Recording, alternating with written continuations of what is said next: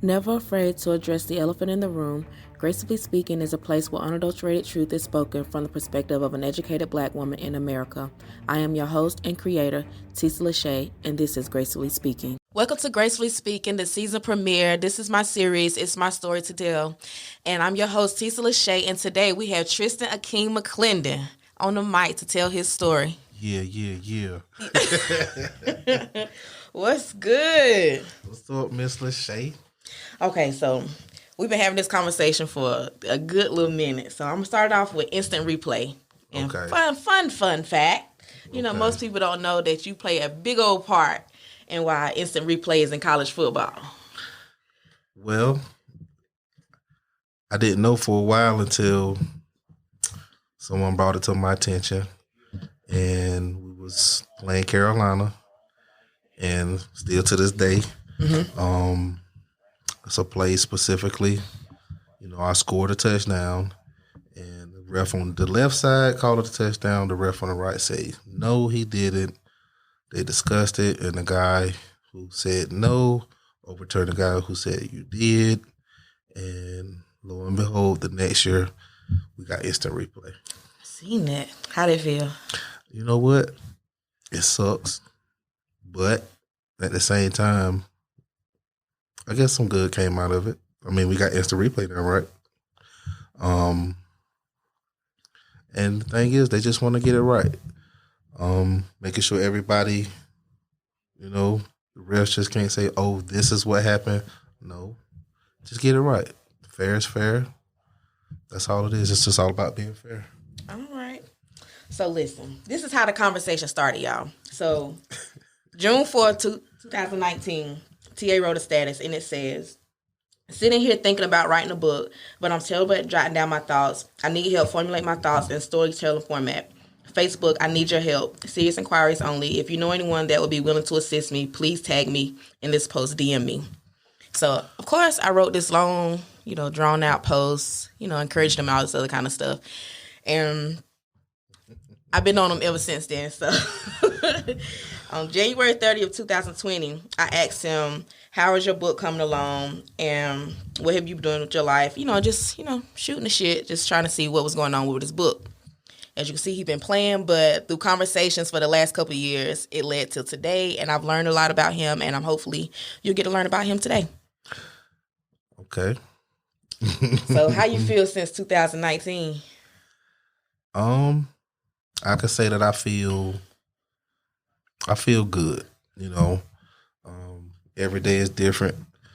Every week, every minute, things change. You just got to roll with the punches. But for the most part, I feel good. I'm not down about nothing. Bad things happen every day. Good things happen every day. But for the most part, I feel good. I can't complain. There's people out there in worse position than me, and I'm just happy to be here. Well, I'm glad you decided to tell your story with little old me. Speaking of book, how are you doing in this process? You want to put me on the spot. And do? She put me on the spot every time. Put it on the record. On record, it's a process, of course. Basically, I always had a hard time talking about myself or even thinking about my life or putting it in perspective. So for the most part, it's in the process, but it's slow because I have a hard time talking about me. Like even today, we're going to talk about me, but I really have a hard time talking about me. I'd rather talk about somebody else or what they're doing, but talking about myself is kind of hard because, most of the time, I don't think it's all about me. It's all about the people around you and those who support you. So I just say it's coming along. Okay. So we're going to do this like in segments. And so how I have it mapped out is we're going to talk about the man versus the athlete, the rookie, and then I'm more than an athlete. So we're going to start off with the first one. So everyone knows touchdown king, touchdown anytime. But who is Tristan Akeem McLendon? Who are you outside of football? If if I had to say something like, oh, who are you? I'm gonna be honest. I'm too laid back. I'm a house guy. I mean, I don't party. Um, I'm good with just sitting in the house, especially when I ain't working. Um, just family oriented. As far as like my immediate family, I got a 1-year-old, so she's gonna definitely keep me busy. But for the most part, I feel like I'm normal. You go to work during the week. On the weekends, you just want to relax, hang out, watch college football, NBA basketball, NFL Sunday. You know, just kind of just do nothing. Just let it. I don't know. Let it hang out. Do nothing. Eat and do nothing. Just okay. Sit there eat. Who and what keeps you grounded? Who keeps me grounded? I say my children. Like I say, my immediate family. But life. We don't been through a lot of stuff in life. Good, bad. Hitting rock bottom, even being all the way up. During that process, you're gonna have to be humbled. So once you get humbled, you're grounded. You know what you can do, what you can't do, or what you need to do, what you don't. And just being able to exist and be able to do the things you do on a daily basis and make sure everybody taken care of. You don't really worried about nothing. As far as excuse me. I don't know. I mean,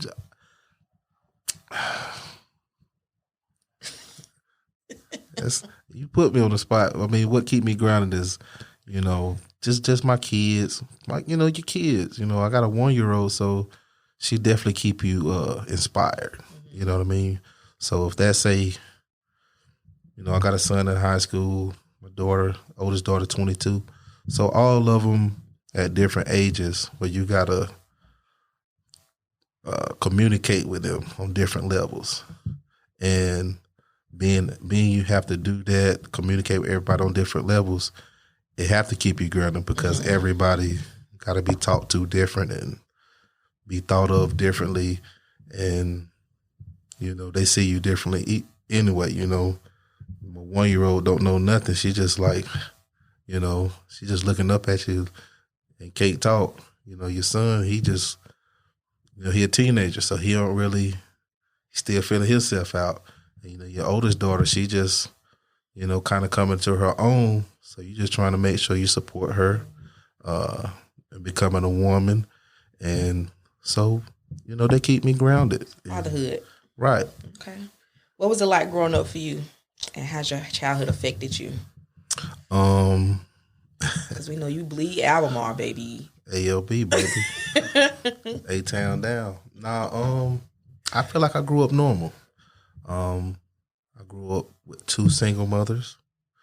My Aunt Joyce and my mom Faith. I feel like they both did a good job of raising me. For the most part, they single moms, so you ain't gonna have a lot, but at the same time, you ain't really worried for nothing. You ate breakfast, you ate dinner, you went to school, you did your homework, you got clothes on your back. So even with that, you grew up with the things you need. Sometimes you got the things you want, but you got the things you need for the most part.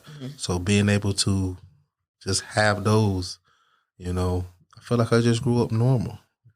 You got things you wanted sometimes more at times, but for the most part, I grew up normal. Like any other little black boy, grew up bad, tow stuff up, play hard, break stuff, get dirty. I love to get dirty. Actually, my mom always told me, I ought to not buy you no more damn shoes because all you do is fuck them up. And I used to be like, dang. But, I get a new pair of shoes. I didn't know how to keep them clean. I just like, are they playing football? I'm over there. They playing basketball? I'm there. And so I'm just a normal kid. I just want to play. Have a good time, play with my friends, and just be a child. So you said normal. So do you think like how we grew up was normal? Like single parents? Like, is that normal? Or is it our version of normal? It's our version of normal, but it's kind of normal in the Black community, of course. Of course, we can go back of why, but, in the Black community, you have a lot of single parent homes. Mm-hmm. And so it's normal to us, when your mom or whoever raised you, by themselves, they raise a woman, and, they raise a man. You want to say that they did a good job because you grew up and, you're able to maintain a lifestyle for you and your family. So you want to say that they did a good job with you. Okay. You didn't mention your daddy, so like how much of it, I know he was around, like, but the way he played a part in your life, do you feel like it affected you and like how you raise your kids now? I think because I'm a grown man now, I see it from my dad's perspective. Me and my first baby mama not together, so with that being said, I understand that the communication, especially, back in the day, you didn't have cell phones, you just had a house phone. If didn't nobody answer, you didn't know what was happening. Mm-hmm. So once I grew up and kind of walked in his shoes a little bit, I kind of seen reasons why he may not have been there as much or why he wasn't able to be there as much. So I have no quarrels with my dad. Me and him, best of friends. I love my dad. So, me and my daddy cool as hell. We laugh a lot. I know y'all was talking about y'all be cooking. Well, I think my dad's a good cook, and for the longest time, I was like, damn, my daddy can really cook. So once I got out of college, because I couldn't cook, Joyce was just like, hey, fix me something to eat. It's like, huh? I can't cook. You need to teach me. So she eventually taught me how to cook, and after a while, it just got to the point where, like, if I ever stay on by myself, I want to be able to cook for myself or anybody else that in my house. And I also want to cook the things I like. So fried chicken, there it is. Listen, you always be talking about this red snapper. Oh, man. Listen. But I told you I had some fried red snapper when I went to Orlando recently, right? And you told me that, but I had mine on the grill. I seen, I like cooking shows. So I seen the way they prepare it. Then I seen a bunch of videos on YouTube, and I was just like, I'm going to try that. So I went to fish market, got some of my ingredients, and I said, I'm going to do this, and I did it. And I liked it, but I think I would have liked it fried better. Listen, I'm a fried fish boy. Fried red snapper? Mm-hmm. Listen, I'm trying to tell you, but I'm a foodie. I'm a little greedy. I'm a foodie as well. I'm a foodie too, though. Let me see. God, what was it? You're not really a big meat eater, so I ain't going to go there. I eat meat. You eat meat, but you don't eat, like, hunks of meat like I would like to. Like, I ate what you call that shit? I can't think of it when I want to think of it. The big, huge steaks. Oh, yeah, you're right. I don't steak like that. Yeah. I ain't no steak eater all the time, but when it's time, I want me a good steak. I don't know why I can't think of it. It'll come to me. I just got to forget about it. That's all. Let's get to the Ricky stage. So when you went to college, you was a teen parent. So it's teenage fatherhood. What was it like trying to balance fatherhood, being in college, and being a star athlete? Because you excelled in college as well, not just in high school, but in college. Well, I know that I had daddy duties, but for the most part, I couldn't. Once you become an athlete in that capacity, you're pretty much in a job, and your job is to be an athlete. And if they would have been doing it then, it would have been okay because I would have got paid for my work. Mm-hmm. But back then it's a lot of work that we put in, so it was tough. I probably got to see her, maybe a few times during the week, mostly on Saturdays, Sundays. So it was tough, so her mom had her a lot. So I appreciate her for doing that because it gave me the time to be the athlete that I was at that moment, at that time. It was a lot of work. It was tough, though. The athlete definitely came first more than the student. And, I was a student when I had to be, but I was more of an athlete than anything. Mm-hmm. You knew what you're going to do from the time you woke up to the time you went to sleep. And, your day was already planned out, step by step. And, after that time you get out of study hall at the end of the night, maybe 8, 9, maybe 10 o'clock, then you had your free time. That was all your free time after that. Go to sleep time. Right. But, we're athletes. We're in college. I'm young. And I'm just like, you know what? Me and the homies like, hey, what y'all want to do? Hey, do what we did last night, like Pinky and the Brain. Take over the world. What was your mindset like at this time, like mentally and emotionally? Like, where was you at? I mean, 'cause you coming to something that you transitioning from high school to college, fatherhood, like you coming into your own man, like that's big. Like, where was you at mentally and emotionally? I'll be honest. It was a big step. First off, I come from the hood, in my own city, I guess you could say. Coming from the hood, you're this high school legend. Then you go to college, you're on this big, huge campus, and you're not looked at as that high school legend anymore. Mm-hmm. You're just a football player now. So the mindset was just try to accommodate and adapt to my surroundings, while also trying to make sure that I belong here. Trying to build some camaraderie, chemistry, make friends with my new teammates. Mm-hmm. Which you had plenty of time to do that because you was together every day for the most part. You lived, you ran, you slept, you hung out, you did everything together with all your teammates. And you got, you were better friends with some than others. You had cliques, but at the same time, I think the whole team was family oriented, so it helped you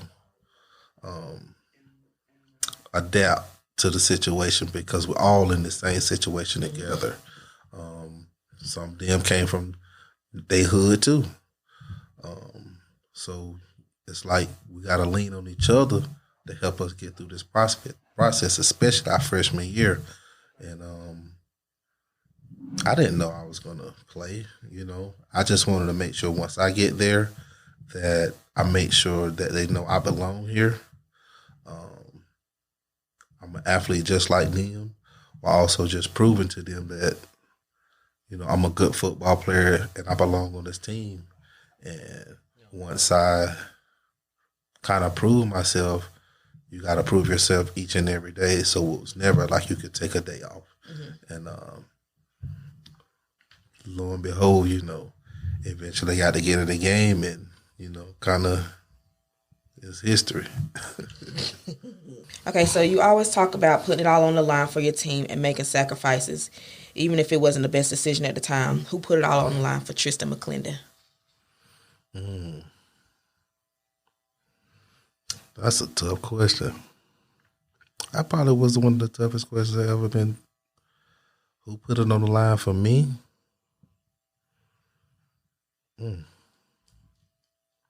I can't answer that. And don't just have to be football, like in life. Who made sacrifices I know. for TA? Well, if I say anybody made sacrifice, of course, you know your family made sacrifices, coming to see you. You know, your family always your support system. But to say they laid it all on the line for you, I don't know.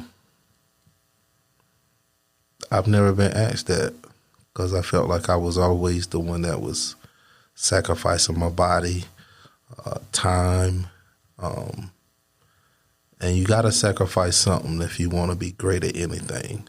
So somebody's got to take up that slack when you're not able to be there as far as the part that you're sacrificing. So I don't know. I say the kids, my daughter. I say, if anything, she sacrificed because I wasn't able to give her the time that this sport was taken away from her, that I was so in love with, and, you know, that it was everything it was doing for me. I felt like she the one who sacrificed the most. So I would say her. At the time, Naja probably sacrificed the most. What about now? Who sacrificed? Like, who puts it on the line for you? Like, when you're out here working, because you work all the time. Every time I talk to you on the road, like, who looks out for TA? I would say the people in my circle. You know, my mom, my baby mama, my daughter, my other two kids. I mean, because they're not able to still get the full me. You know, being that I'm a truck driver now, you know, if I'm gone from Monday through Friday, that's 5 days that they didn't even get, you know, other than a conversation maybe. But to get all of me, I will always have to say they sacrificed the most. So my family, the people in my circle, the people that I love,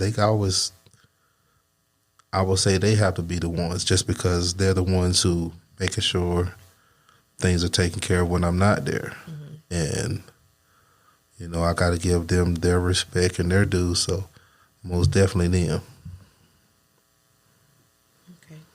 Who prepared you for life before college, during college, and after? 'Cause your life is full of ups and downs. So who prepared you for each stage? Or what prepared you?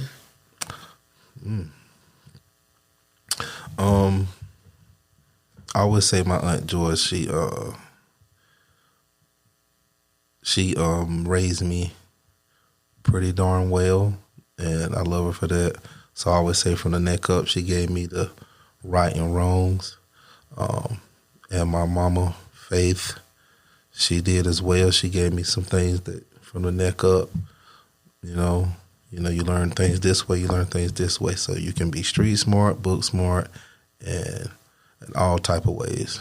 But life taught you a lot, but also the game of football. Football is 4 quarters, it's 4 downs, and it's tough. And to play the game, you have to be one of the toughest, if not the toughest motherfucker on the field. So if you're going to be the toughest motherfucker on the field, every time you get hit or you hit a motherfucker, you got to get up. So in life, you're going to get knocked out each and every day. You're going to get knocked down 12 times. How many times you going to get back up? You're going to fold. Just say you won. You got it. Or you're going to let life know like, nah, I got it. So you're going to get up, dust yourself off, and get ready for the next play or the next thing. Or you're just going to lay there and just take it and be like, all right, I give up. You win, life. Nah, we can't just let all the bad things that's going on in our life affect us, because you got a lot of good things going on too, so you got to look at the positive. And you just got to have a mindset that I'm not going to be down here long. I'm getting back up. So it's just moving on to the next thing. and just making sure that you always, looking forward, because you can't change yesterday, but you can change today. You can change tomorrow, and it's all in your attitude and your actions. So, if I'm down in 5 minutes from now, I got to change my attitude and be like, nah, I'm good. And think about the positive things that I can do going forward. So, you can't change yesterday, but I'm in control of the rest of the day. Mm-hmm. So. Okay, well, we come from, not everybody goes to college. Not everybody, especially on the level that you did, full of scholarships and stuff like that. So do you feel like if it was taken more serious, like as far as academics and stuff like that, if it was instilled in us, in high school and stuff like that, do you feel like you would have made better decisions as far as football and academics and things of that nature? Being that where we come from, everybody, don't take everybody look seriously. at sports as a savior or a way out, but I think as parents, as adults, I think that we should always just look at, I think academically, our kids definitely need it more than athletic. But more than anything, I think kids just need that support that, you got this. Good job. Keep up the good work. Especially when they're doing things outside of sports. Sports, you're going to always get that good job. Keep up the good work. But kids just academically, when they make straight A's, hey, good job, I'm proud of you. They need that.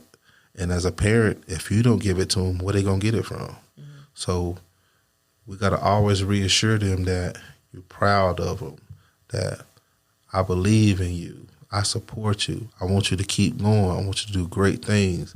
And if kids can get that from their parents, whether they're single, two parents, or orphans, they still need that. Mm-hmm. They need that encouragement. And we got to encourage our kids to do more than just playing on the iPad, playing on this PlayStation, this Xbox. Get out and be a child, but also it's okay to dream, because you can manifest those dreams into existence. I've done it my whole life. Mm-hmm. Never thought I'd be anything, but accomplished so much, and I still, to this day, in awe of some of the stuff that I've done. But I'm appreciative and I'm thankful. But the encouragement that I got, I still had to encourage myself sometimes, even when I didn't feel like it. So we got to always give our kids the love, the nourishment, the support, and always keep them in that positive light, and not just because of sports. We need lawyers. We need judges. We need politicians. We need teachers. We need so much more than just athletes, and that's just as a black community. So we need more of this, and we can deal with some of that, but we need more of these. Mm-hmm. So it's okay to be an athlete, but what else can you do? It don't last forever, so you need something else to be good at. And if you got your academics in order, sky's the limit. So I'm glad you said what you said, because I was watching some of your previous interviews, and I always tell you that I think you're smart and can hold a very intelligent conversation. But you did an interview, maybe I think 2013, and I can't count how many times you called yourself stupid, or I'm not academically like this, or I made why is that your first go-to, as far as describing yourself, as far as academically and things like that? Who planted that seed that you needed to say that, or that I was yourself? Stupid? Yeah. Well, I did. Because I played football, you always looked at the film, and you always looked at the things you done wrong, even the things you done right. So if I rewind my life and what I done during that time period, and you go back and look at all the mistakes you made, they were stupid. So I can call myself stupid. Now you can't, but I can, because I know, unless I trust you, I was stupid. So I say some stuff that I done was very stupid, or I was misguided. I just wasn't thinking correctly. Too into myself, I guess you could say at the time. But I wasn't thinking logically, and I couldn't think logically because I wasn't in that mindset to help myself. To help myself, I was more into, what am I trying to say? I didn't know how to help myself when it was right in front of you. Mm-hmm. So I made a lot of mistakes, but those L's became lessons, and because of those lessons, I'm able to capitalize on those losses or those lessons or those stupid mistakes that I call myself. I just try to capitalize on them now and not try to make the same mistake twice, if that makes sense. Mm-hmm. Okay. I said, because like what I heard you say at first, I think is very cringy. It's very cringy. I shouldn't call myself stupid because we're all smart and we're all good at something in our own capacity. But to know myself now and to know myself then, it's like, boy, that was stupid. I mean, I'm not talking about, like mistakes, because we're all humans. Like, we all make mistakes. But right. I feel like you can own your mistakes without calling yourself stupid. Because when I hear like, oh yeah, like, unless you're like joking or something, but in the interviews when I'm listening, and then people talk like, because they always, try to play it down like intellectually, like you're not the most, smartest guy around. And so when I hear you in interviews and stuff, you're like, yeah, well, that was stupid. Or, I was stupid. Well, I'm stupid. I'm not so academic. I didn't take it serious. And I'm just like, but you're not. But that's the thing, though.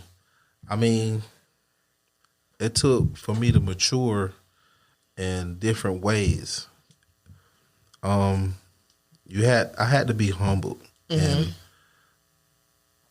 once you had that humbling experience and you hit rock bottom, so to speak, there's nowhere to go but up. Mm-hmm. So you take that look in the mirror and you say, that was stupid, that was stupid, that was stupid. What were you thinking? All right, we're better than this. All right, now let's do this. And once you get up, because you don't been knocked down to rock bottom, you got to get up. And now it's time to revamp your mind into that positive mindset. And now you're like, all right, what are the things that I did wrong? Mm-hmm. And you look at them and you're like, okay, all those was bad decisions. So technically, those was stupid to me. That was a dumbass move to you. What was you thinking? So when I looked at it, that's how I looked at it.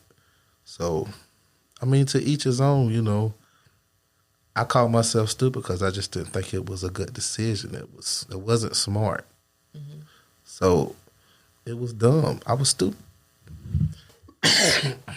Okay. Okay, so I don't want to say that I'm just stupid all the time, but like, I was, oh man. The old saying, young, dumb, and you're not thinking clearly. And I'm young, and I don't know what I'm doing, and I'm getting all these accolades, and I'm doing all these good things that everybody see, but I still don't know where I'm headed. I had no direction. So that's why a lot of that stuff I was doing dumb shit because I had no direction. Even though everything was in front of me, laid out, still didn't have no direction because I was off my path. So you had no mentor, like nobody to keep you grounded? Like, not really. I felt like I was my own mentor, so I was going on the fly. I didn't have anybody at the time in the same position as me or give me the game. Mm-hmm. I was given the game in different ways early, but not in this way. It was just different, and I didn't know who to talk to. I didn't know who to ask questions. And so when I seen these young guys out here from the same area, I didn't have nobody to give me the game. So once I seen them in position, I wanted to give them the game. So when it was time for them to be in that position, that they had somebody that been there to, they can just take the next step. And even though I might have cracked the door opened it, they can just bust it down. You kicked it down. It's okay. Well, I might have kicked. Well, however, they can go and take it to a whole nother level. Mm-hmm. And everybody that I gave the game to, everybody didn't receive it the same. Everybody didn't interpret it the same. Everybody didn't do what I gave them. Mm-hmm. But those who did, I'm extremely proud of them. I'm happy for them. I want nothing but the best, because that's why you do it. And once you see it, it's like, I gave them a gem and they turned it into a diamond. And so I'm happy for those guys. Okay, so last section, more than an athlete. So people think they know so much about what happened to you in your career, like the downfalls, the ups, and everything all in between. And I think it's unfair that sometimes we put people in a box, and whenever they don't live up to our expectations, we just kind of, shun them off because they're not the version of person that we think that they are. Yeah. We see you in this way, but that's the only way they see you. Yeah, and I think in one of your interviews, you said that F doesn't define. You was talking about like when you got in trouble, and I feel like that's so big because so many people are defined by their mistakes. And we're so much bigger than our mistakes. And I tell you all the time, I think you're great. Well, thank you. I tell you all the time, I think sometimes you're too damn humble because you super, super laid back. Like, there's nothing wrong with humility. Like, I love your humility and your integrity, but I feel like you should just own your greatness because I really feel like you are great and you brought a lot to She giving me flowers podcast. She giving me flowers. Thank you. I like roses. But I really do. Like, I feel like whenever you didn't live up to the version of the man that they thought you were supposed to be, they just kind of push you to the side because, okay, they can't do shit that's with you now. Like, oh, he got in trouble. Not that it was, something grand, but they just kind of discarded you. And I feel like they do that with a lot of our athletes. And that's the thing. I thought it was one of the best things that happened to me because if I would have been going on that same path, the rich and famous, blah, blah, blah, you'd had all this money. Right, but I would have had no financial fortitude to maybe how to handle the money. Mm-hmm. Or I might have just blew it all. I might have been an asshole. I might have been a whole lot of things, but not humble. You know what I mean? So I think it was one of the best things that happened to me. But not only that, once it happened, you always knew that it wasn't all true, and it was as far as the friendships, the love, the everything. Like, oh yeah, I knew you fuck with me, but you don't fuck with me no more. You know what I'm saying? Like, damn, I thought you was my dog, but you don't fuck with me no more. And they always say things happen for a reason, and it just so happened that it happened for a reason. But when it comes to that, I'll say this. Football is the toughest sport to play in the world. It's collision after collision. So you basically having a car wreck every play. Mm-hmm. The position that I play, it has the shortest lifespan. And my lifespan was pretty much shortened in college. So if I'd have kept playing, how long would I have played? Pretty sure not for long. That's what the NFL stands for, right? Not for long. So if I'd have played 1 year, 2 years, how assertive could I have been for an NFL franchise? I don't know. My body was already tore up. But I think quality of life is way better than being in a wheelchair, or not being able to raise your arms over your head, or walking with a limp, having surgeries every other year. Just so much stuff that comes along with that lifestyle, which was great. I love the camaraderie. I love the locker room. I love the contact. I love the game. It's, you know, it was hard enough to play it week to week, but I love the game. That's why I played it like I did. You play it because you love it, and once you lose a love for it, if you're playing it, it's just lust now. So you're just doing it just cause. So I no longer want to just have lust. It lost its luster for me to play. It's like, why am I even playing? Shoulders fucked up, knees hurt, my wrist broke still. It's like, what am I doing? And also no longer wanting to feel like a piece of cattle. If you've seen Cap documentary, it's basically like, well, we need the biggest, strongest, fastest nigga. Oh, he's good. Well, it's a nice piece of cattle right there.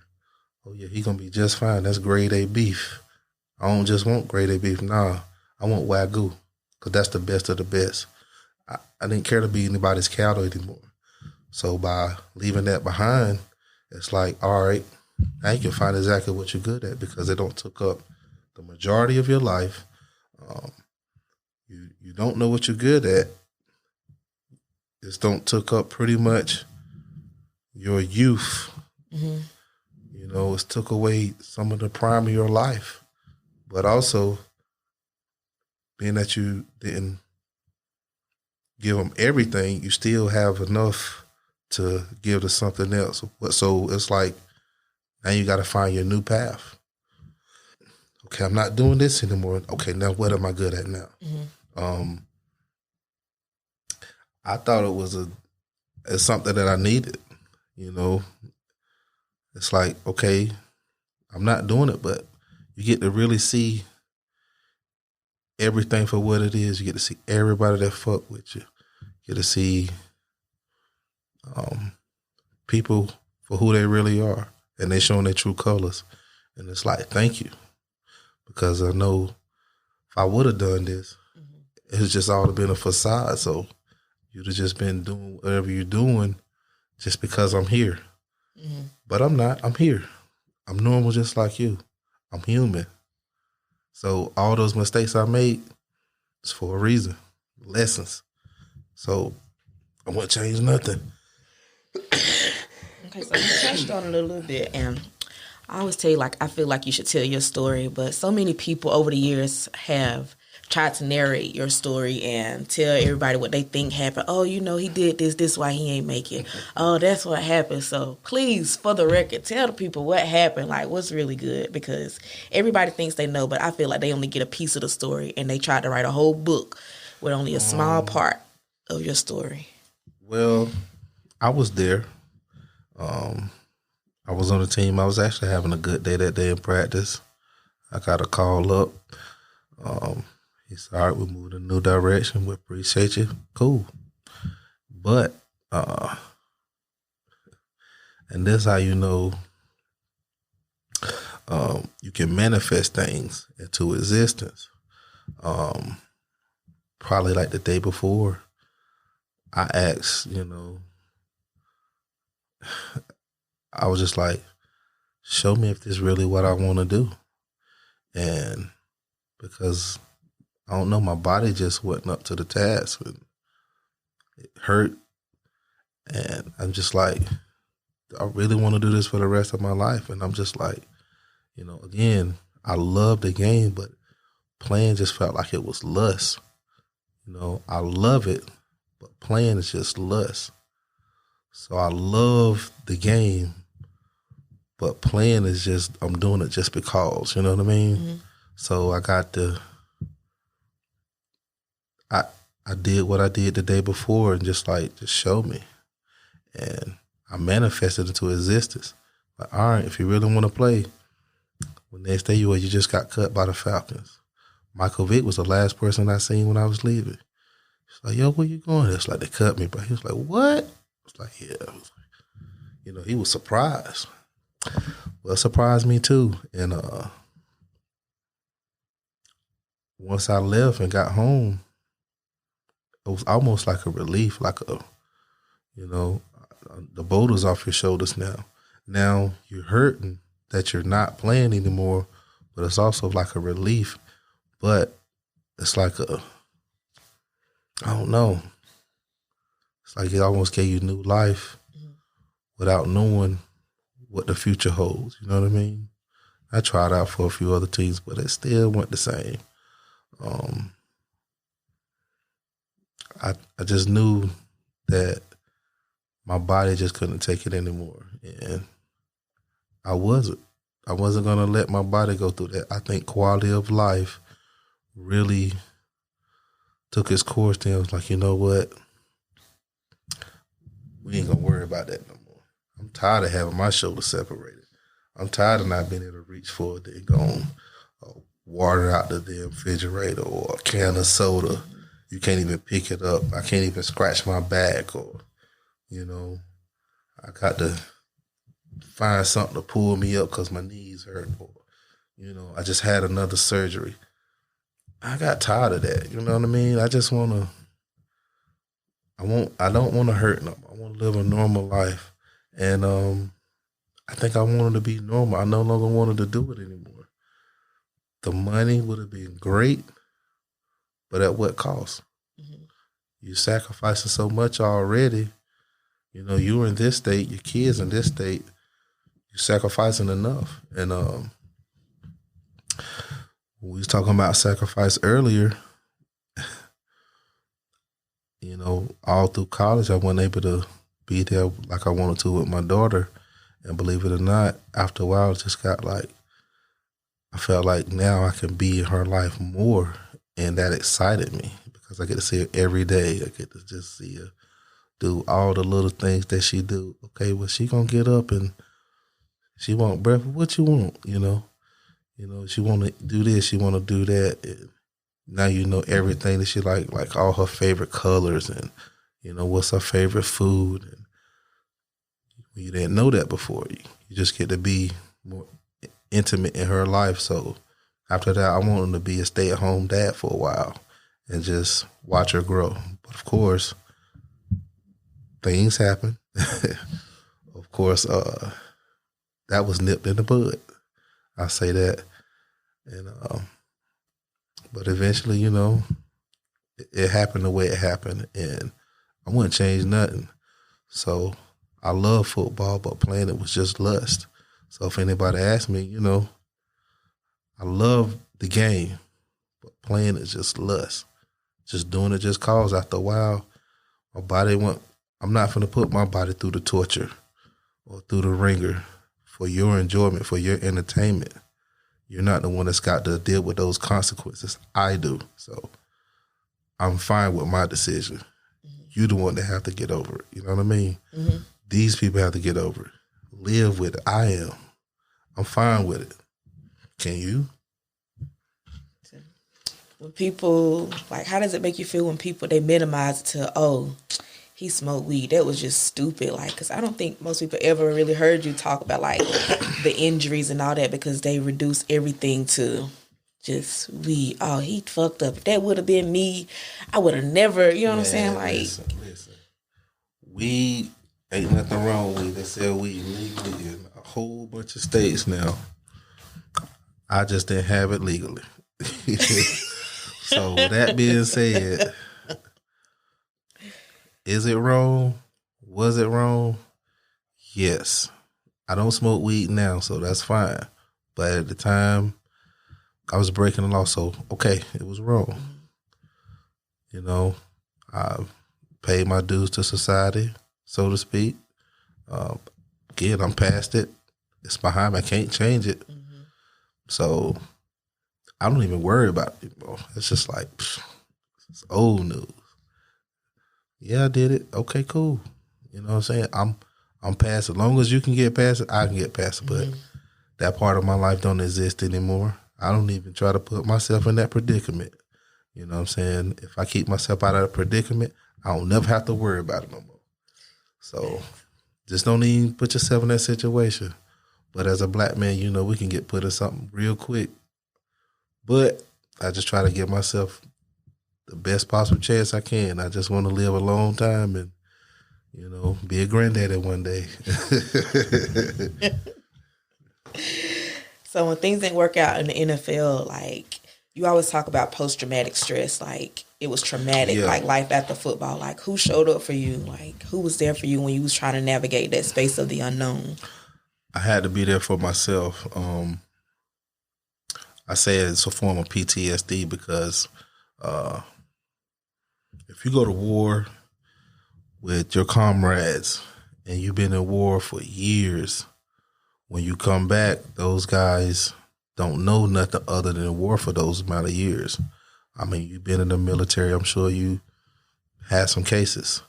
Well, my form of PTSD was I've been in these locker rooms and been in all these battles with my comrades, my teammates, and that's all I know because you're doing it pretty much year round, and that's all I knew.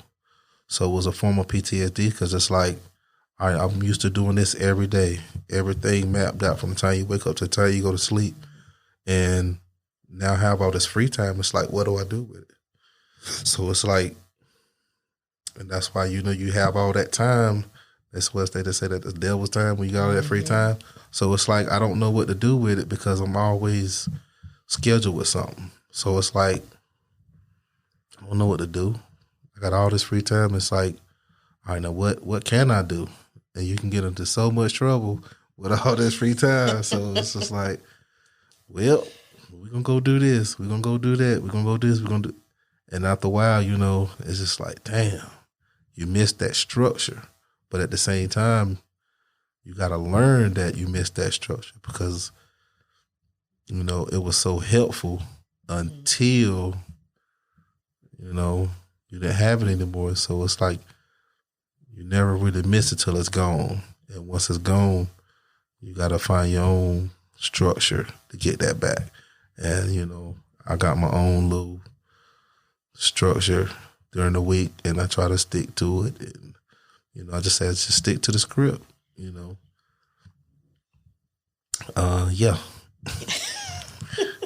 Mic check 1 2 1 2. She being so serious on her podcast asking me questions. I ain't gonna ask her no questions, but this isn't about me. This isn't my story today, okay? Exactly. Right. And you don't like talking about me, but come on, we can go ahead. This is about you. Okay, this let's isn't do about it. Tisa today, okay? Okay. I talk about me all the time on my blog. I guess this is my blog video. So yeah, I grew up really poor. No, I'm just joking. So how bad was your mental health affected and like at your lowest point, like where were you at mentally? Oh man, I was down in the dumps. When the thing you love the most is taken away from you, it's like, a part of your heart is gone as well. Mm-hmm. So when someone takes your heart, you don't know how to get it back, so to speak. So it took a lot,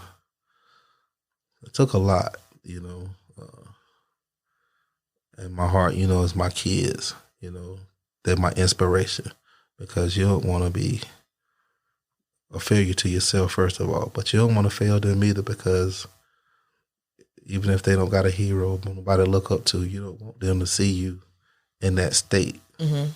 So when you get your heart taken away from you, it's a little piece of you gone. So you're not whole. You have to find something to fill that hole. So it's like my mama told me something a long time ago. She said, sometimes the good got to suffer for the bad. And it took a while for me to get it, but I was like, you're right.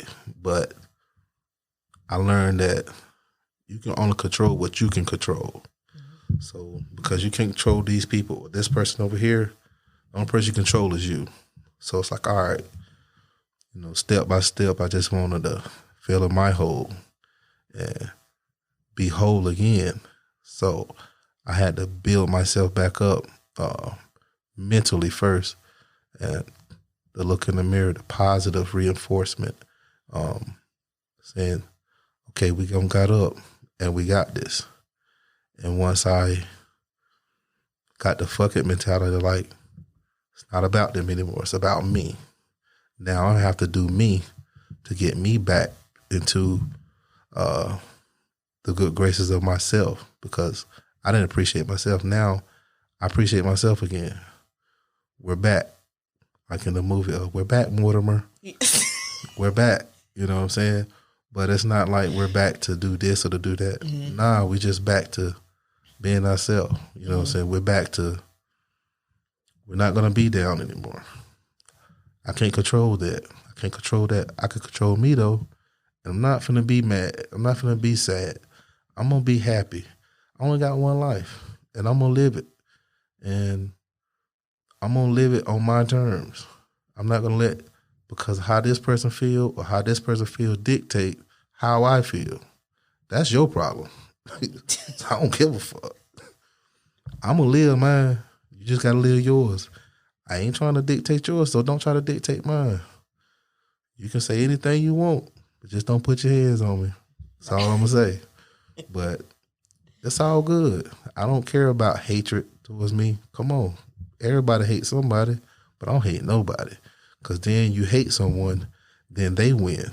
Because they, what's the word I always use? It's like, because you're always thinking about them if you hate this person. No, they win.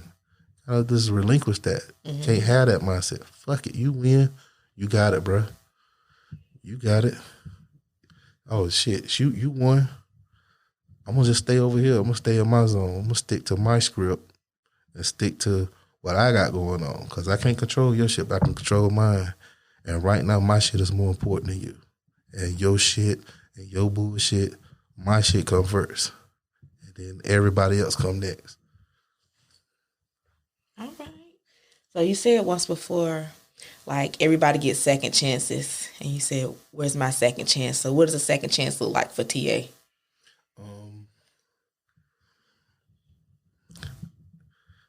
A second chance is just like, again, once you got up, it's not falling anymore. But if you fall, just know you know how to get back up now. You fail. Okay, cool. I failed. I'm going to get right back up, because if I got anything to do with it, as long as I'm walking, living, breathing, I'm going to make sure that I do everything in my power to stay up or to get off the ground. I'm not going to be down long. I just got to make sure that I get up. I don't know. I'm not falling for the okie dokes no more. You know what I'm saying? There's a lot of people that's, I'm in your corner. I fucks with you. Well, how? I can call my homies every day. How often they call me? You know what I'm saying? And it's still like that. You know, I still got homies I talk to. I got homies that I call. Homies call me too. But is it mutual? You know what I'm saying? It's like, now I got to have mutual respect for you. For me to, you know what I'm saying? For me to call you or to fuck with you, I'm not just going to let anybody in my life anymore. Because why are you in my life? What's your reason? Right now, you know what I'm saying? I ain't got time for new friends. You know what I'm saying? No new friends. But if I fuck with you, you my man, I'm going to fuck with you all day. But I feel like if you cross me once, you'll do it again. Mm-hmm. So I can never give you that chance again. So you get the long-handed spoon. You know what I'm saying? Just feeding with the long-handed spoon. I'm not going back down that path. We can dap it up. I can't let you get in my circle no more. I don't want no squares in it. You know what I'm saying? I need this to be whole. I need this circle to stay as tight as it can be. And it's not many in it. But if you win it, I just hope they stay. Your second chance sound like a whole lot. I want peace. That's it. I want just want peace. I'm not into no violence. I'm not into, I want to go to the club tonight. I like peace now, I don't care to hear gunshots every night, like it used to excite you. Like, oh, yeah, somebody shooting. Let's go check it out. What am I down for? I got this blessing. I got this baby that has no idea what's in the world. But she loved me, though, and I love her back. So I got to make sure that she got everything she needs so she don't have to want for nothing at this moment. So long as she got her little, her smile on her face, I'm good. Sometimes it's the simplest things. I don't need a lot in life to make me happy. You know what I mean? Some people need everything. I don't need a lot. I'm just as simple as they come. But as long as I got those things, I'm good. I don't need a lot. Peace. It's priceless. Peace is priceless. You know what I'm saying? We could talk about, I don't know, some people need a lot of, some people need that stuff. Like, oh, I want to fight. Oh, they just like that shit. I don't know. I don't get it. Like, I don't get it. They need to go to the club. Why? I got a bottle at home. You know what I mean? I got beer at the house. I'm going to go to the bar and we're going to watch the game. Huh? I can watch the game and drink my beer at home and I can keep my shoes off. If I want to lay down, I can do it, take a nap and wake up. Simple. I don't need everything that make me happy like it used to. I'm not materialistic anymore. It's just stuff. You can lose it today. What happened? It'll be gone. You get it today, it's gone tomorrow. Real stuff enthuses me. So I like real friendships and real, camaraderie with my guys or my friends. Whatever the case may be, I like real shit. And material stuff it's not real. It's not. Okay, well, I tell you all the time about, your money and your net worth when I looked it up. They say you worth 1.5 million. 1.5 million, and I ain't seen nail penny. I want my cut. You got it? Do you got it? I need my cut. So, how you feel about the NIL? Since you worth 1.5 mil, like, how do you feel about the NIL? First off, let me say I'm happy for him. 20 years too late. 20-something years too late, but I say I'm happy for him. I think I don't want to say it's bullshit, but it's like, why now? Mm-hmm. But not only that, I feel like I deserve my share, mm-hmm. but I'm going to say I felt like the ones before me deserve their share as well because they inspire people too, and then they inspire people. And, and then the people after me inspired people. And it's like, nah, now we're going to pay them. So what about all those millions and millions and billions of dollars that all these other athletes generated? Mm-hmm. I think they deserve a cut. I mean, how you would divvy it up, I don't know. But they deserve a cut. I deserve a cut. I think I paid my dues. My body paid the price. I just want what I'm owed. I need my one, not 1.5. I need my 3. It's been too long. It's got to double up. It's time to double that up. I think I deserve it. I don't know. I mean, well, since I found out the information, I think I should at least get like a 20%, finder's fee or something. I got you. If I get that much, 25. Listen, I can roll with it. 25. Get these podcasts up and running. It ain't gonna be podcasting. It's gonna be a show. 3-4 chairs. So how y'all being over there? It's gonna be like Letterman and stuff. Okay. So what's next for Tristan? Since you like to go by Tristan nowadays. Well, Tristan. Right now Tristan is just playing his position. Right now we're just gonna stick to the script. We're just gonna keep grinding, and eventually look at a few things once the new year come along. But right now we're just gonna grind it out. We ain't gonna look too far ahead, but we're gonna also just grind it out in the meantime. Period. We're gonna just grind it out. You know what I'm saying? Just right now I'm just stay on my hustle. You know what I'm saying? I'm not gonna get too far ahead of myself. You know what I'm saying? Anything can change. So as long as I'm sticking to the script now, you never know what the future holds. I know it's a lot of things that can come about. I just don't want to. I don't want to badmouth them. Right now I'm gonna just stick to the script. I don't know who watching.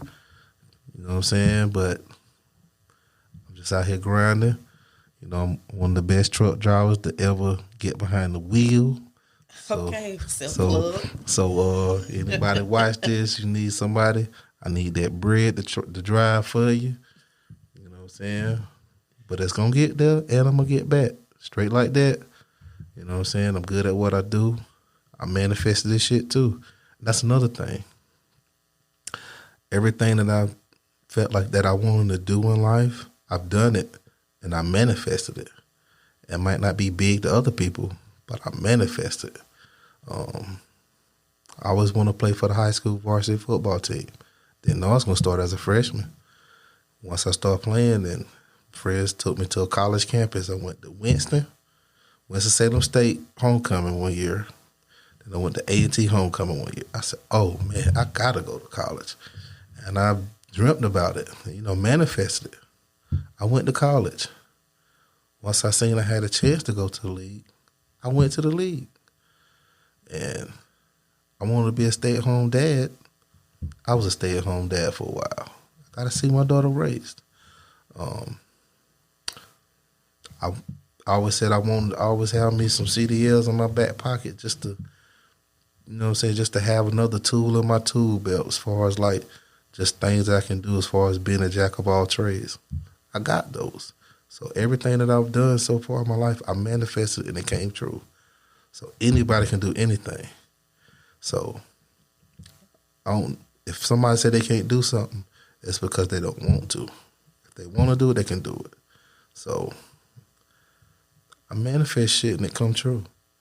Well, manifest that 1.5 million. I'm trying to manifest this $3 million, not 1.5. Oh, excuse me. I'm manifesting $3 million. If anybody want to give it to me, I'd gladly take it. She got to get 25. Thank you. Finder's fee. But we need 3 because got a lot of mouths to feed. She got a family. I got one. That's a finder's fee though, so we got to make sure it's nice. And I just need what I'm owed. Any message for the young men watching or anybody, athletes, regardless of what sport? Any gyms in general?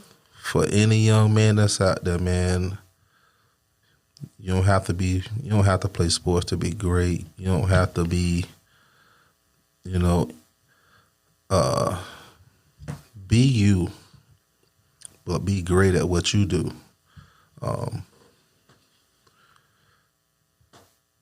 So many things that black men can do. We're like we God's gift to earth.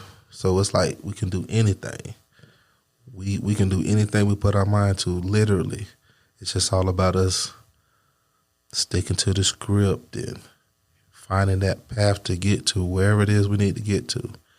We need more black men doing everything. Lawyers, doctors, teachers. I mean, you name it, we need it. And it's not enough of us, and it can never be enough of us. And same thing with black women. We need all that as well. We're capable of so much if we put our minds to it and believe in ourselves. If you don't believe in yourself, ain't nobody gonna believe in you. So it's okay to believe in you and have that dream and manifest those things and be happy about it. Don't worry about what other people think. It's all about what you think. And go be great. Don't be average. Be great. Be good at what you do. Be great. Be the best. And, go be great. Go be great human beings for the world. Inspire.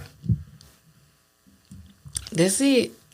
I mean, I don't know what else. I mean, be great. Be the best. I don't know. I mean, that's a lot. I mean, that is a lot. I mean, just it's okay to. Did we talk about this? Yeah. It's not. You don't always have to fit in. Sometimes you're perfectly normal fitting out. It's okay to be the object The elephant in the room. It's okay to have a spotlight on you. Use it to your advantage sometimes. That's not who you are, fine. But just be great. Don't worry about fitting in all the time. It's okay to fit out. Because you're special in your own way. You're unique. You know what I'm saying? We're all unique in our own way. We're all great in our own way. Just whatever it is, do that. Do that. Well, listen, before we leave, I just want to say thank you for anybody who has watched. I do apologize for my nervousness because I was extremely nervous doing this podcast. This is my first time doing this. And I got a little cough, so I apologize for my little cough. I don't know what it is. I ain't mean for it to be like that. I got water, but I apologize. But this new series that I'm doing is called My Story to Tell. And with this series, I really just want to have conversations with different people from different walks of life, and they're telling their stories, because I feel like so many times people, they get inside their own head and they feel like people can't identify with their struggles. And in reality, they're not the only ones going through the things they've been through. And I just want people to find the strength to tell their story, because telling your story can bless somebody else. You may be going through, and I'm a big mental health advocate, so some people, they be battling suicide or suicidal ideations or molestation, whatever the case may be, whatever your trauma is, don't minimize it because you feel like it doesn't matter. Your trauma matters, your feelings are valid.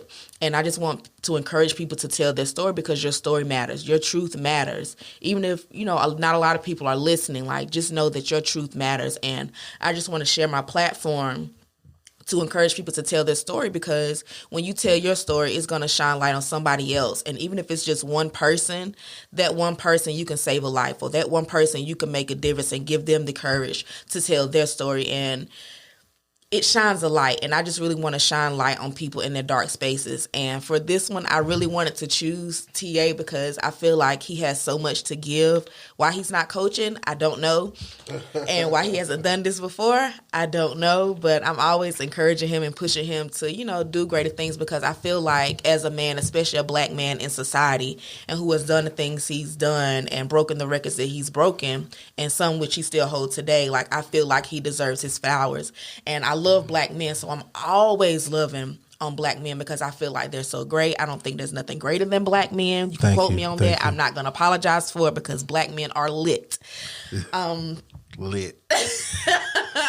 I want to say this before she finish up her show. I want to say thank you, Miss Lachey, Tisa. I think you have a great platform. I think you're going to do a wonderful job.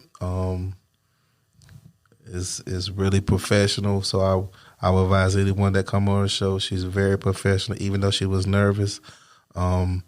She has a great setup, so I would advise anybody that come and do this, you'll be comfortable. And thank you for having me. And she's going to do a good job with you. So congratulations on your first show, and thank you at the same time. I appreciate it. Thank you. And for Stanley County, he needs to be in the Sports Hall of Fame. Thank you very much.